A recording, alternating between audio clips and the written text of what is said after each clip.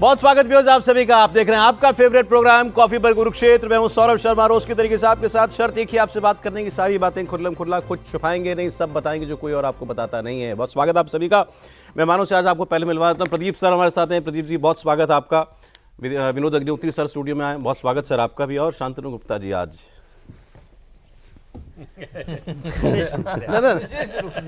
मेरा शेर तो प्रोग्राम का और है, ये इनको देखा तो कुछ और आ गया। तुझको देखा तो ये ख्याल आया। जरा एक फ्रेम में हम दोनों को जरा लीजिए प्लीज। तुझको देखा तो ये ख्याल आया। तुझको देखा तो ये ख्याल आया। तो मुझे कहना चाहिए। बड़े चमक रहे हो, कोई बात तो होगी। नहीं, वो थोड़ा रिफ्लेक्ट हो रहा है। बड़े चमक रहे हो, कोई बात तो होगी। रिफ्लेक्शन आ रहा है। महक भी रहे हो, कोई बात तो होगी। देखो चमके महके लेकिन बहके नहीं। नहीं, चमकते रहिए, महकते रहिए। और वक्त आ रहा है बहकते भी रहिए कभी कभी। कभी कभी में हर्ज नहीं है सर। वही कह रहा हूँ। तो व्यूअर्स आज का मुद्दा कल हुई जेपीसी की बैठक, जॉइंट पार्लियामेंट्री कमेटी की बैठक, क्योंकि उसको गया हुआ है वक्फ का अमेंडमेंट बिल। वक्फ पर हम लोगों ने इसी प्रोग्राम में पहले भी चर्चा की है। वक्फ वो जमीन होती है जो कोई भी व्यक्ति अपने धार्मिक कार्य के लिए अल्लाह के नाम कर देता है, उसको वक्फ कह दिया जाता है। हमारे देश में जो इशू था वो ये था कि क्या वक्फ बोर्ड के पास असीमित अधिकार हैं कि वक्फ ने कहा जमीन मेरी तो मेरी, किसी और ने कहा नहीं, ये ऑब्जेक्शन किया तो उसमें जज भी वक्फ ही है। बहरहाल इसको लेकर के बहस बड़े लंबे अरसे से चल रही थी। बीजेपी के समर्थक ये मांग कर रहे थे कि वक्फ पर सरकार को कुछ करना चाहिए। सरकार बिल लेकर के आई है, लेकिन उसको जेपीसी को दिया, उसको तुरंत ऐसी पार्लियामेंट से पास नहीं कराया गया। तो हमें लगा विवाद खत्म हो गया होगा।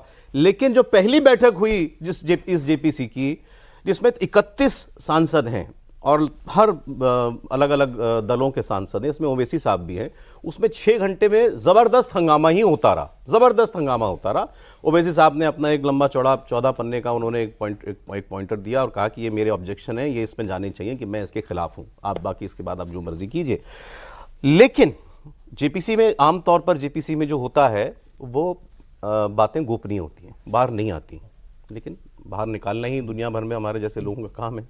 तो एक बात जो आई वो ओवैसी साहब की एक बात सर सामने आई, जिसमें उन्होंने ये कहा कि ये ऐसा बिल है कि अगर ये पास हो गया तो देश 90 के हालात में, 90 के दौर में चला जाएगा। आप 90 के दौर को किस लिए याद करते हैं? 90 के दौर बाबरी मस्जिद वाला दौर, 90 का दौर बॉम्बे राइट्स वाला दौर, वो तो शाहबानो मंडल का दौर भी था। उन्होंने कहा 90s में चली जाएंगी। बम विस्फोट भी हुए थे। बम विस्फोट तो उनका कहना था कि भाई इससे हालात, देश के हालात खराब होंगे। ये ऐसा बिल है। हालात कैसे खराब होंगे? अचानक से तो कहीं बम फटने नहीं शुरू हो जाएंगे, और क्यों होगा भाई? वो मदनी साहब ने इसका थोड़ा सा इसके बारे में कहा। मौलाना अरशद मदनी है, जमीयत उलमा हिंद के अध्यक्ष हैं। उनका ये कहना है कि ये बिल अगर पास हो जाता है तो हम इसका शांतिपूर्ण तरीके से पूरे देश में विरोध करेंगे। तो उन्होंने एक बात क्लियर की कि we are not going to take it lying down. ये बिल अगर पास होगा तो सरकार को हमारी ताकत देखनी पड़ेगी, हम सड़क पर उतरेंगे। साफ साफ वो ये कह रहे हैं। हालांकि उन्होंने पीसफुल शब्द का इस्तेमाल किया, ये बात उन्होंने कही है।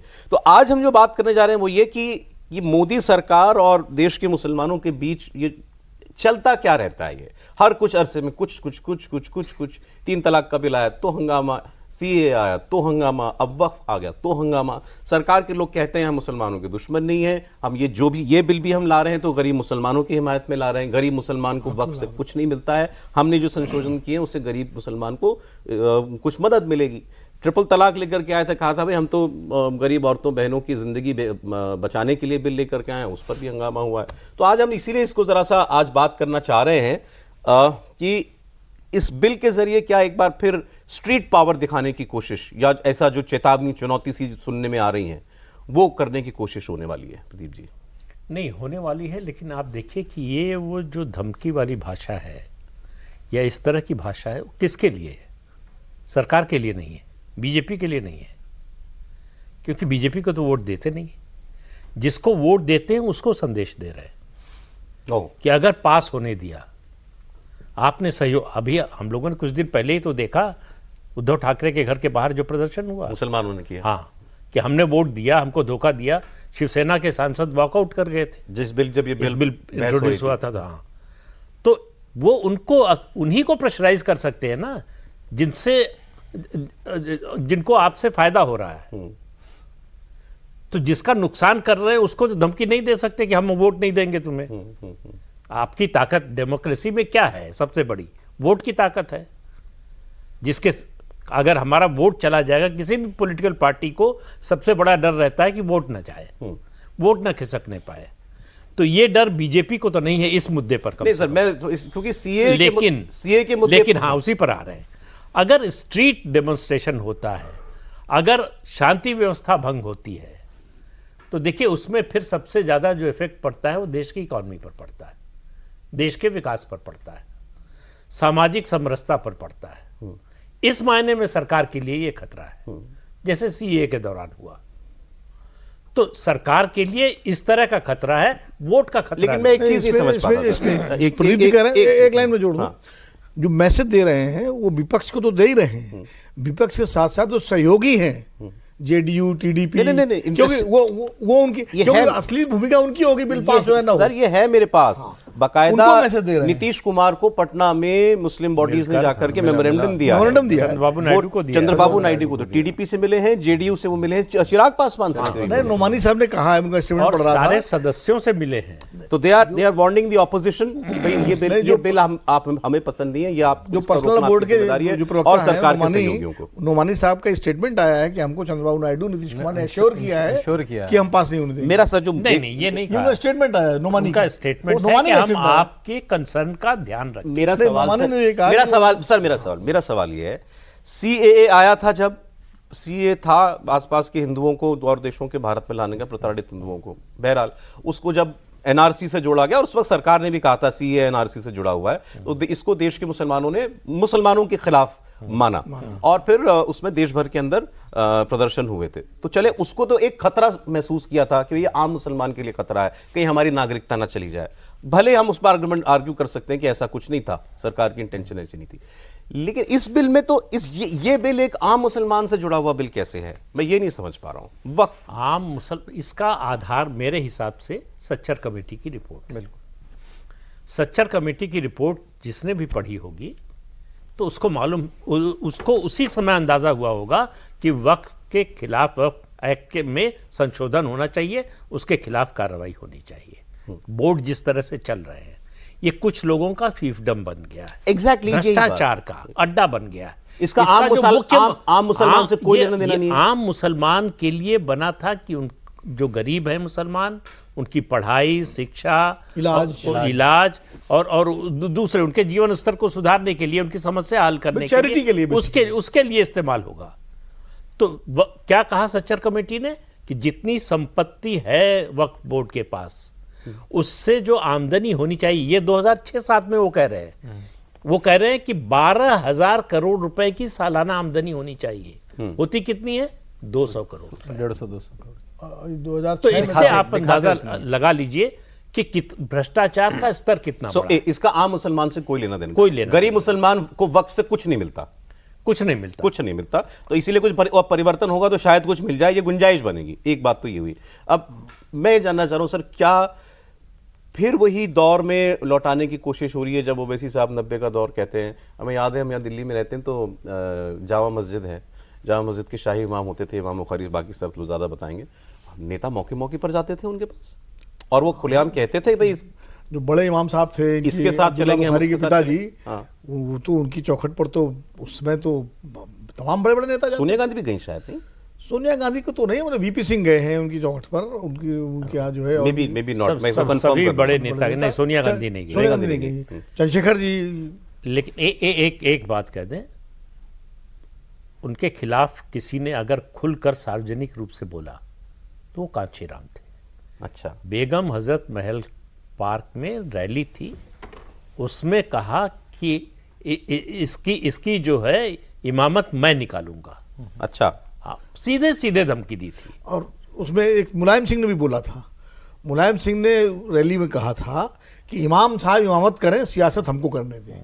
93 में मुलायम सिंह क्योंकि हर चुनाव से पहले वो तय करते थे किसका समर्थन करेंगे। हालांकि उनको सोनिया गांधी मीट्स शाही इमाम से secular votes should not split, India today का आर्टिकल है 2 अप्रैल 2014 का।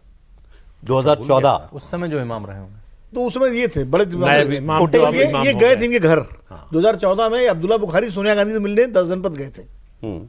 खैर मतलब ये भी मुझे याद है अच्छी मिलना तरह हुआ से, मिलना- अच्छी तरह याद है, ये 10 जनपद गए थे। मिला करते ना। मेरा कहने का मतलब है कि फिर वही रिलीजियस देखिए, मतलब ओवैसी साहब की वो धार्मिक लोग जो हैं यही कमांड करेंगे वक्फ के मुद्दे पर, नहीं अब आपको सड़क पर आना है, नहीं ये सरकार हमारे खिलाफ है। ये सब आजमा चुके हैं, ये पार्टी माहौल बना बनाना, चुके हैं, ये माहौल बनाना। चुनाव लड़ चुके हैं। आजमा चुके हैं, सही कह रहे हैं, आजमा चुके हैं। देखिए, सबसे ज्यादा इमोटिव इशू जो मुसलमानों ने बनाया था वो बाबरी मस्जिद का था। जब बाबरी मस्जिद एक्शन कमेटी थी और वो रैली भी आपको याद होगी जो दिल्ली में हुई थी, बहुत बड़ी रैली हुई थी। मुझे लगता है उससे बड़ी मुस्लिम्स की कोई मुस्लिम रैली रैली दिल्ली में शायद, तब तक नहीं हुई है। वो सबसे बड़ा इशू था। ये जो ओवैसी साहब जो कर रहे हैं, ओवैसी साहब अपनी पॉलिटिक्स चमकाने के लिए ज़्यादा आक्रामक स्टैंड ले रहे हैं, एग्रेसिव स्टैंड ले रहे हैं। 90 के दौर में पहुंच जाएंगे, 95 में पहुंच जाएंगे। वो अरशद मदनी का बेस ज़्यादा बड़ा है, इनका मौलाना अरशद बदनी नहीं, महमूद बदनी और अरशद बदनी का, हाँ वो दोनों हाँ दोनों का, चचा भतीजे का, भतीजे। उनका बेस ज़्यादा बड़ा है। जमायत उलमा हिंद का आज भी वो कम से कम दिल्ली में 1 लाख आदमी इकट्ठा कर सकते हैं जब चाहें तब।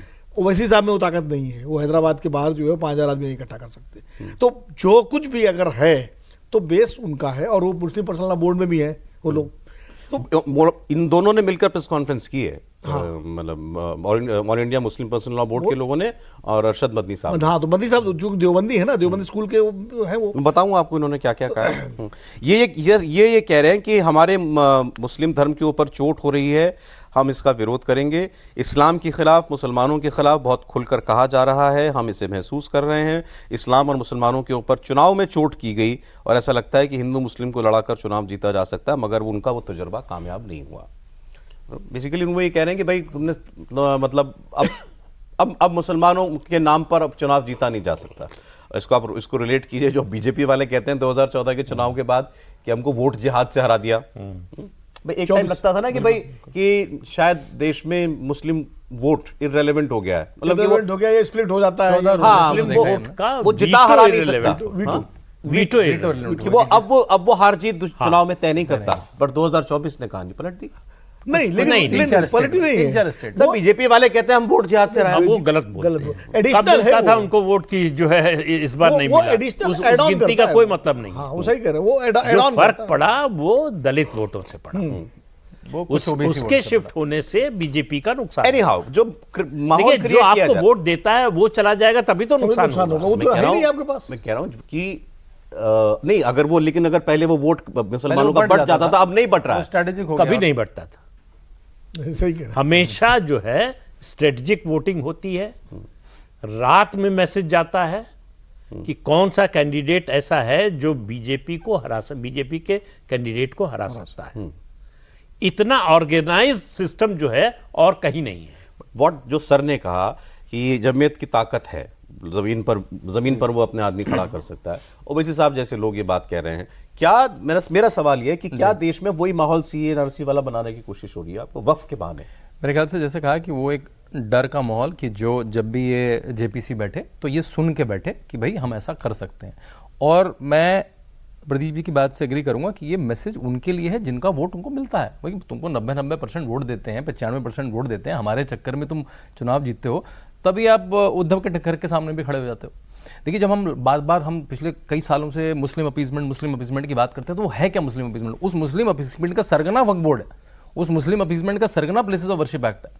उसमें प्लीज एक्सप्लेन। देख, मुस्लिम अपीसमेंट कहते हैं क्या करा? मुस्लिम अपीसमेंट केवल आप मौलाना जो मुल्ले मौलवी हैं उनको अपीस करा। आम मुसलमान तो कहाँ रह गया? ना तो मुस्लिम पर्सनल बोर्ड में है, ना वक्फी जमीनों में उसको कुछ मिल रहा है। तो अगर कांग्रेस ने जो कहा कि मैं मुल्ला मौलवियों को खुश कैसे रखूंगा, है ना, कि मैं मदनी साहब को कैसे खुश रखूं, मैं खुश ऐसे रखूं, उनको कुछ 4 ऐसी चीजें दे दूं जिससे वो आर्थिक रूप से मजबूत रहे, तो उनको दे दिया प्लेसेस ऑफ वर्शिप एक्ट कि भाई जैसे अयोध्या को छोड़ के जो मामला जैसे निर्धारित हो गया वैसे ही रहेगा। 1947 के बाद से आप रिक्लेम कोर्ट में भी नहीं जा सकते। तो आप कह रहे हैं मुस्लिम अपीजम केवल मुस्लिम क्लेर्जी का हुआ है? उन्हीं का हुआ है क्योंकि वो कंट्रोल करते हैं। आम मुसलमान के लिए कुछ किया हो तब ना। आम मुसलमान के लिए तभी तो मुस्लिम 2006 तुष्टीकरण में कुछ नहीं किया। तभी 2006 की सच्चाई भाई, रिपोर्ट फिर क्यों कह कहती रहा हूं है? सच्चर कमेटी की रिपोर्ट देखिए। मुसलमानों की ये हालत है, अगर आपने उनका अपीसमेंट किया, उनके लिए किया होता आम मुसलमानों के लिए, तो उनकी स्थिति बेहतर और होती। शाह बानो सौरभ उसका वो तो सबसे और अच्छा खराब उदाहरण है। होती गई है। तो इसलिए उनके लिए तो कुछ आपने किया नहीं। नहीं, लेकिन ये अजीब सा रिश्ता नहीं है, मतलब मोदी मुसलमान के लीजिए, बीजेपी मुसलमान, RSS मुसलमान, कि तू मेरा दुश्मन है और तू कह रहा है मैं तुझे दवा दे रहा हूं। सरकार कह रही है मैं तुम्हारी दवा कर रहा हूं। मैं गरीब मुसलमानों की दवा कर रहा हूँ, मैं गरीब मुसलमानों की, महिला मुसलमानों की दवा कर रहा हूँ। इसके पीछे क्या है, ये दरअसल चाहे वो सीए हो, चाहे एनआरसी हो, चाहे वक्फ बोर्ड हो, बीजेपी का अपना जो एजेंडा है, ऐसा नहीं है कि बीजेपी कोई मुसलमानों के लिए बहुत ज्यादा चिंतित कुछ है, सोशल सर्विस कि कर रही बहुत है। सोशल सर्विस कर रही है। उसका अपना एजेंडा है कि भाई इस पे मुसलमान सड़क पर आएंगे, उनके पीछे समाजवादी पार्टी कांग्रेस भी आएगी, तो जाहिर है कि हिंदू वोटों का ध्रुवीकरण होगा जो बीच में गड़बड़ा गया है, तो उसको भी तो अब राजनीतिक लाभ लेना है। आप कह रहे उसको मालूम मुसलमान वोट उसको नहीं मिलना है। बीजेपी चाहती है कि वक्फ का बिल पर मुद्दा खड़ा हो, बिल्कुल। लोग सड़क पर आए। बिल्कुल। ओके। भाई राम मंदिर के मुद्दे पर जब बाबरी मस्जिद की रैलियां निकल रही थी तो लोग सड़क पर आए थे। जो मुसलमानों की रैलियां निकली उससे ध्रुवीकरण हुआ, उसका फायदा बीजेपी को हुआ, उसके पहले तो मुद्दे का फायदा बीजेपी नहीं देखना चाहती है इसका विरोध कौन कौन करता है। था। बिल्कुल। और वो भी देखे, दुनिया भी देखे। दुनिया देखे। नहीं, सबसे ज्यादा तो मुसलमान देखना चाहते हैं कौन हमारे साथ है, कौन मुसलमान तो अपने लिए देखना नहीं, चाहते हैं। इनका आर्गुमेंट सर, वो आप सहमत है कि नहीं सहमत है? BJP wants this to become an issue, ताकि लोग सड़क पर आए और फिर उनका वोटर देखे कि ये देखो ये क्या हो रहा है। आंशिक तौर पर मैं सहमत हूं। बीजेपी चाहेगी कि ध्रुवीकरण हो तो दोनों तरफ से हो, एक तरफा ना हो। नहीं, वहां तो होगा ही होगा। जो पार्टी अपने आप को मान रही कि मैं निशाने पर हूं, वो तो एकजुट होगा। एक तरफ होगा तो रिएक्शन में दूसरी तरफ होगा, जो कि पिछले कई सालों से नहीं हो रहा है। 24 में नहीं हुआ, 24 में नहीं हुआ, नहीं हुआ, बहुत कोशिश के बाद भी। नहीं, 22 में भी नहीं हुआ। उत्तर प्रदेश में उस तरह का ध्रुवीकरण नहीं हुआ। ऐसा 350 सीटों पर भी नहीं हुआ। नहीं, 22 की बात कर रहा हूं। नहीं, वही मैं उसकी बात कर रहा हूँ, वो ये 270 सीटें आई ना बीजेपी और एलायंस की। यूपी की। हाँ, तो उसके करें मतलब इतनी सीटें आई थी उस वक्त, पोलराइजेशन नहीं था नहीं यूपी में। नहीं, पोलराइजेशन नहीं था। ओके। देखिए, मतलब इनका कहना है पोलराइजेशन अगर होता तो हाँ, तो वो फिर सपा की 125 क्रॉस नहीं करते आती, तो सपा और गठबंधन की 125 नहीं आती। मतलब इनका कहना ये है। 115 125 सीट टोटल मिला के। हाँ, 125 आई, वो नहीं आती।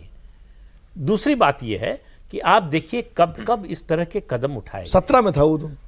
जब मुस्लिम वोट कांग्रेस से हटने लगा है 1967 में पहली बार, जब समाजवादी, पुराने सोशलिस्ट, ये समाजवादी पार्टी की बात नहीं कर रहा हूं, वो मजबूत हुए, लोकदल, चौधरी चरण सिंह, मुस्लिम मजलिस से मुशावरात एक संगठन बना और ये कहा कि हम चुनाव में तय करेंगे कि कौन हमारा हितैषी है, उस कैंडिडेट को आप वोट दीजिए। तो 1967 के चुनाव में उन्होंने आजमाया इसको, लेकिन सफल नहीं हुआ वो। उसके बाद जो है 1977 में आपको मालूम है क्या हुआ, मुसलमान शिफ्ट हो गया जनता पार्टी की तरफ। उसके बाद आप देखिए लगातार उससे पहले 1976 ये अंदाजा हो गया था कांग्रेस को, 76 में वक्फ बोर्ड बनाया गया, 72 या 76 में वो वक्फ बोर्ड का ये all India Muslim personal law board बनाया गया। तो मुसलमानों को, और बल्कि उनकी लीडरशिप को अपीज करने के लिए समय समय पर कदम उठाए। 6 दिसंबर 1992 के बाद 1995 में जो है संशोधन किया गया वक्फ एक्ट में, बड़ा संशोधन। और 2013 में जब बड़ा खतरा लग रहा था, कांग्रेस को लग रहा था कि माहौल इतना ज्यादा खिलाफ है, अगर मुस्लिम पोलराइज हो जाए हमारे पक्ष में तो हमारे लिए थोड़ा आसानी हो जाएगी। तो जो संशोधन किया गया वो तो अकल्पनीय है। तब तो नहीं, अच्छा, भी करना लाजमी नहीं। जिस संपत्ति पर हाथ रख देगा वो उसकी हो जाएगी। उसी को दूर करने के लिए बिल है। लेकिन जो आप पुराने उदाहरण बताते हैं कि कांग्रेस जब जब मुश्किल में होती थी तो मुसलमानों को अपीज करने के लिए कुछ और जिसका आम मुसलमानों को कुछ नहीं मिलता था, लेकिन मुस्लिम क्लर्जी या उलेमा इन लोगों के लिए कुछ करती थी, और पोलराइजेशन होता था। तब काउंटर पोलराइजेशन क्यों नहीं होता था? उसका फायदा इधर वालों को क्यों नहीं मिलता था? उसका फायदा इसलिए नहीं होता था कि देखिए, जब तक संघर्ष की स्थिति ना आए कि करो या मरो की स्थिति है, जब तक ये न लगे कि हिंसा हो सकती है, जब तक ये न लगे कि हमारी जान माल को खतरा, दंगा कैसे होता है भाई? ऐसे लड़ाई झगड़ा एक हिंदू एक मुसलमान के बीच में हो जाए तो कुछ नहीं होता है, लेकिन जैसे ही ये लगता है कि हमारी जान पे खतरा आ सकता है तो दोनों तरफ से लोग खड़े हो जाते हैं। काउंटर पोलराइजेशन इसलिए भी नहीं होता था कि कोई ऐसा बड़ा मुद्दा नहीं था जो दूसरी तरफ एक पोलराइज कर भावनात्मक सके। मुद्दा होना भावनात्मक मुद्दा वो राम मंदिर का बना, शाबानों के बाद राम मंदिर।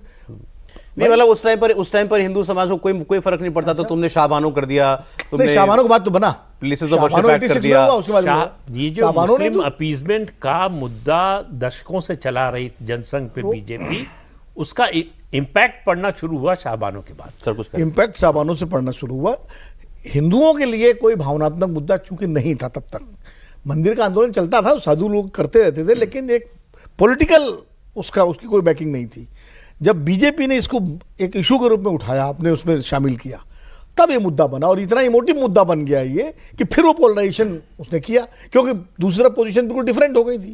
भाई वो मंदिर के विरोध में थे, दूसरे जो पोलराइजेशन के लिए बड़ा लंबा समय चाहिए होता है, तो वो विश्व काउंटर हिंदू पोलराइजेशन हुआ। परिषद ने बड़े लंबे समय जो है आंदोलन चलाए, और शिला पूजन, उससे पहले जो है जो गंगा यात्रा निकाली गई, वो इस तरह के कार्यक्रम लगातार, हिंदू जागरण का कार्यक्रम लगातार चलता रहा, तो वो धीरे धीरे बिल्डअप होता है। वो सेंटर में वो आ गया ना, मुद्दा आ गया राम मंदिर कोई का, मतलब इशू आ गया। मतलब उसके इर्द गिर्द पोलराइजेशन हुआ। हिंदू धर्म में कोई आसमानी किताब का तो मुद्दा है नहीं कि इस्लाम खतरे में है, सब एक हो जाओ।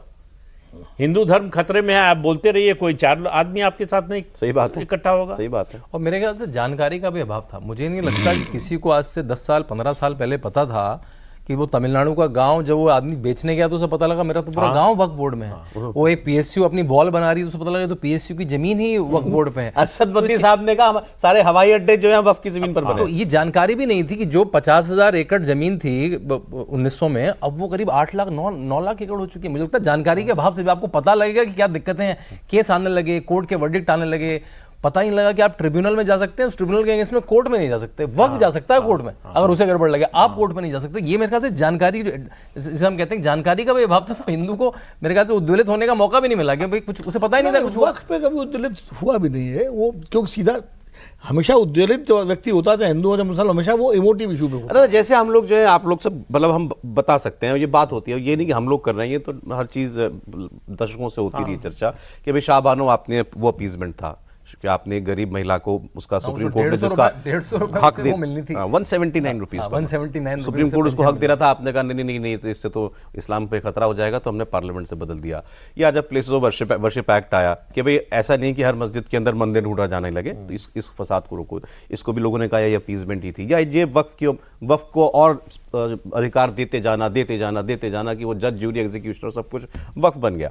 इसको हर कोई कहता है ये अपीजमेंट के लिए करती थी कांग्रेस जब खतरे में आती थी। मुझे कोई आप ऐसा वाकया बता सकते हैं आपको नजर में आता हो इस तरफ का, बीजेपी की साइड का, कि ये काम केवल और केवल पोलराइजेशन के लिए किया गया, इसके पीछे और कोई नियत नहीं थी? बिकॉज ट्रिपल तलाक के पीछे आप कोई रीजन दे सकते हो, औरतों के लिए था। सीए के पीछे आप रीजन दे सकते हो, भाई ये तो प्रताड़ित हिंदुओं के लिए था। वक्फ के जैसे हम लोग बात करें कि भाई ये काम तो एक आदमी जो एक खड़ा होता जा रहा है, एक हमारे सामने एक ऐसा जिन, बिल्कुल मतलब से और कहीं सीधे शब्दों में लैंड माफिया है, पता नहीं उतना क्या क्या चीजें अपनी साथ में ले लेगा। कोई एक वाकया आपको याद आता हो कि BJP did this purely for polarisation?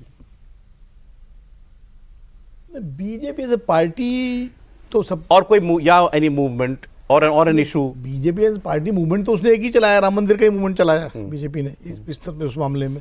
अब राम मंदिर पर अलग अलग व्याख्या है कि जरूरी था कि नहीं था, इस पे आप कर सकते हैं कि जरूरी था कि नहीं था। नहीं, वो लार्जर एजेंडा का पार्ट था बीजेपी का, हिंदुत्व का जो एजेंडा है। KR मलकानी ने उस पर इंडियन एक्सप्रेस में एक लेख लिखा था, मेरा ख्याल वो शायद ऑर्गेनाइजर में पहले छपा था, फिर इंडियन एक्सप्रेस ने उसको लिया था। उन्होंने कहा जो लोग ये समझ रहे हैं कि अयोध्या का आंदोलन एक मंदिर का आंदोलन है, वो गलतफहमी में है। ये हम जो कॉलोनियल माइंडसेट है हिंदुओं के दिमाग में बैठा हुआ है, उसको निकालना चाहते क्या हैं। Colonial mindset? क्या कि हमारा धर्म खराब है, हमारी संस्कृति खराब है।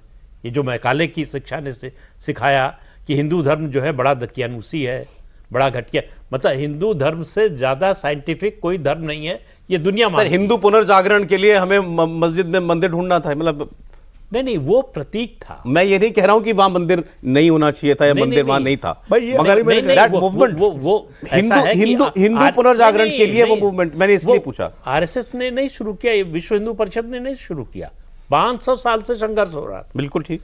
सबसे पहले जो है तो वो लड़ाई सिखों ने तो कुर्बानी सर, तो लड़ाई तो मंदिर की थी ना।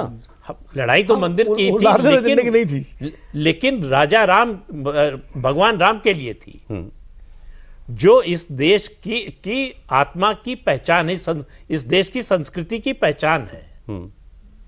उनका स्थान हिंदू धर्म में, सनातन धर्म में वैसे ही है जैसे अयोध्या का, जैसे वेटिकन का है या काबा का है। नहीं वो ठीक, वो सब वो हाँ। ठीक, राम नहीं, मंदिर खैर, पर बहस काबा नहीं कर जैसा रहा मैं। तो नहीं, हमारे यहाँ तो बनारस लेकिन में जैसे मैंने भी स्थिति कहीं ये में पढ़ा, आप काशी भी है, अयोध्या भी है, मथुरा भी है, हमारा एक नहीं है ना, ना एक किताब है, ना एक तीर्थ है, ना कोई एक देवता है, ना एक भगवान है। हिंदू धर्म की यही तो खास बात है मैं ना। कहीं ऐसे ही कुछ पढ़ रहा था किसी किताब में या कोई लेख में कि भाई बीजेपी शायद या कोई मतलब राइट किसी एक ऐसे इशू की तलाश थी जिससे हिंदू बाय लार्ज एसोसिएट कर पाए अपने आप को, और वो मुद्दा इमोशनल भी होना चाहिए। दूसरा, हिंदू पॉलिटिसाइज हो, पोलिटिसाइज हो, राइट, पॉलिटिकल तरीके से सोचना शुरू करे। था उसके लिए राम मंदिर मूवमेंट। वो भी मकसद था। नहीं, मतलब कोई मूवमेंट जो है सिर्फ एक मकसद के लिए नहीं होता। इस तरह का मूवमेंट जो आपकी संस्कृति से जुड़ा हुआ हो, जो आपके धर्म से जुड़ा हुआ हो, उसका कोई एक मकसद, मतलब कोई तात्कालिक मकसद नहीं होता है कि हमको वोट मिलने लगी। वोट मिलने लगेगा ही, वो उसका बाई प्रोडक्ट होगा। नहीं, राम मंदिर का जो मुद्दा बीजेपी ने लिया 1988 की जो पालनपुर अधिवेशन था, तो उसके पहले तो विश्व हिंदू परिषद का मुद्दा था, बीजेपी का मुद्दा नहीं था। बीजेपी ने तब लिया एज ए पॉलिटिकल पार्टी, पहली बार किसी पॉलिटिकल पार्टी ने कोई रिलीजियस मुद्दा लिया, वो बीजेपी ने लिया। तो बीजेपी को समझ में आ गया था कि इस मुद्दे का यही एक सेंट्रल मुद्दा है, ठीक है, जो पूरे हिंदुओं को पोलराइज कर सकता है, देर सबेर तुरंत कर देगा। ये इसी आप तरह समझ वक्फ नहीं को थी। पोलराइज वक्फ का बिल सरकार लाई है, इसको आप मानते हैं ये पोलराइजेशन के लिए लाया गया है? जितना रिएक्शन होगा, जितना इस पर रिएक्शन होगा, बीजेपी को उतनी दूसरे उम्मीद पक्ष है पर निर्भर कि करता दूसरे पक्ष में निर्भर। अगर जैसे ट्रिपल तलाक का कोई पोलराइजेशन नहीं हुआ ना, क्योंकि उधर से भी उन्होंने स्वीकार ही कर लिया। मेरा सवाल नहीं पहुंचा। मेरा सवाल ये है, क्या वक्फ बिल एक ऐसा काम था जो हमारी लिस्ट में था, भाई हम आएंगे तो हम ये काम करेंगे ही, चलो आ गए काम, अपना काम ने पहले कहा था हम काम करें, काम कर दो, या जो मैं प्योरली पोलराइजेशन के लिए है? मैं ये पूछना चाह रहा हूं। देखिए, वक्फ जो एजेंडा में कभी वक्फ बिल का जिक्र नहीं था, लेकिन अगर एजेंडे में तो नहीं जो था, political मुख्य agenda एजेंडा में था। आप किसी भी हिंदू एक्टिविस्ट से बात कर दीजिए, उसमें प्लेसेस ऑफ वर्शिप एक्ट, किसी भी लीगल एक्टिविस्ट से बात कर लीजिए, उसमें वक्फ एक्ट और प्लेसेस ऑफ वर्शिप एक्ट सबसे ऊपर है। हम बीजेपी के एजेंडा में नहीं नहीं, था। बीजेपी की बात हो रही है। 24 के रिजल्ट के बाद ऐड हुआ है? नहीं, उससे बीजेपी पहले के से। एजेंडा में नहीं था, वो हर समय से, बहुत समय से, आप कभी वो की सुन आप लीजिए ये बात। कह सकते हैं कि उस पर एम्फेसिस बढ़ गया है 24 के बाद। भाई 10 साल जब पुराना मुद्दा नहीं, खत्म नहीं, हो क्यों गया बढ़ ना। गया है? इसलिए नहीं कि पोलराइज करना है, इसलिए कि जो आपका कोर वोटर है उसको लग रहा है कि आप कुछ कर ही नहीं रहे।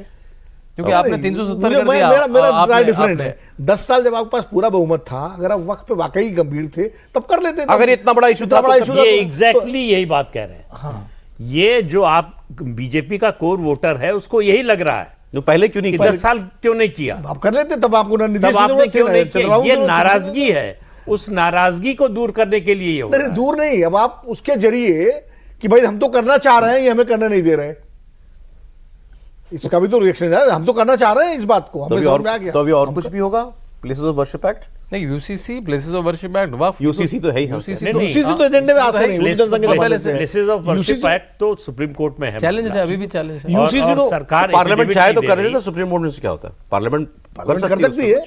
नहीं, पार्लियामेंट बिल्कुल कर सकती है, लेकिन जब सुप्रीम कोर्ट में मामला है तो इस तरह का एक ही मामला है, जब मामला, जिस मामले की सुप्रीम कोर्ट सुनवाई कर रहा हो उस पर सरकार संसद में कोई फैसला ले ले। कौन सा? और वो है पहला संविधान संशोधन विधेयक, जो जवाहरलाल नेहरू के समय आया था। ठीक है।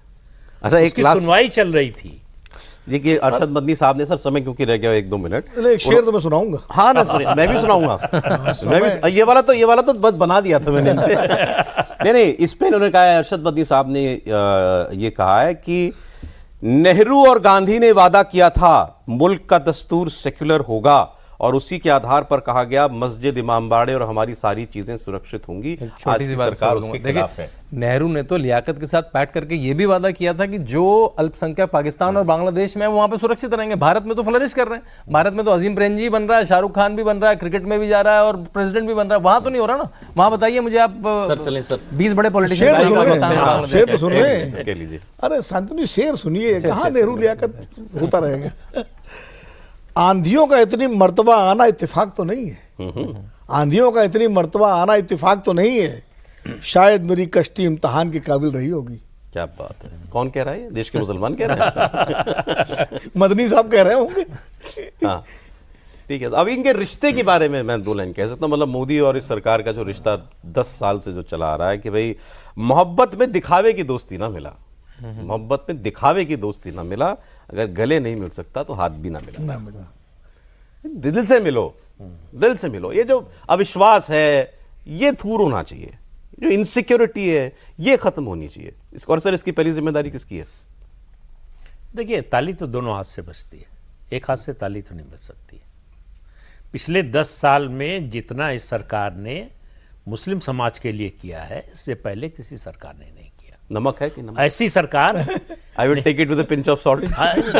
ऐसी सरकार जिसको मुस्लिम विरोधी माना जाता है, ठीक है सर। जिसके बारे में कहा जाता था कि अगर ये केंद्र में अपने बहुमत पे सत्ता में आ गए तो मुसलमानों को दूसरे दर्जे का नागरिक बना देंगे, उनका वोटिंग राइट छीन लेंगे, ये सब बातें कही नहीं, जाती ठीक है, ठीक है। किया तो ये बस सही है, बहुत सारे काम किए होंगे, लेकिन चुनाव जब आप लड़ते हैं तो हम मुसलमानों के नाम पे लड़ते हैं कि मुसलमानों को ये मिल जाएगा, मुसलमान ये कर चुनाव लेंगे, सरकार मुसलमान नहीं वो लड़ती, पार्टी भाई, लड़ती। चले, अच्छा, सरकार ठीक। पार्टी रूलिंग पार्टी तो तो होती है। वर्डिक्ट अभी इस पर वर्डिक्ट ओपन है कि मोदी सरकार क्या चाहती है सर, मुसलमानों के लिए दिल से चाहती है कि नहीं चाहती है, तो इस पर हम लोग आगे फिर प्रोग्राम करेंगे। बहुत शुक्रिया लेकिन सर, प्रदीप सर बहुत शुक्रिया, विनोद जी बहुत शुक्रिया, शांतनु।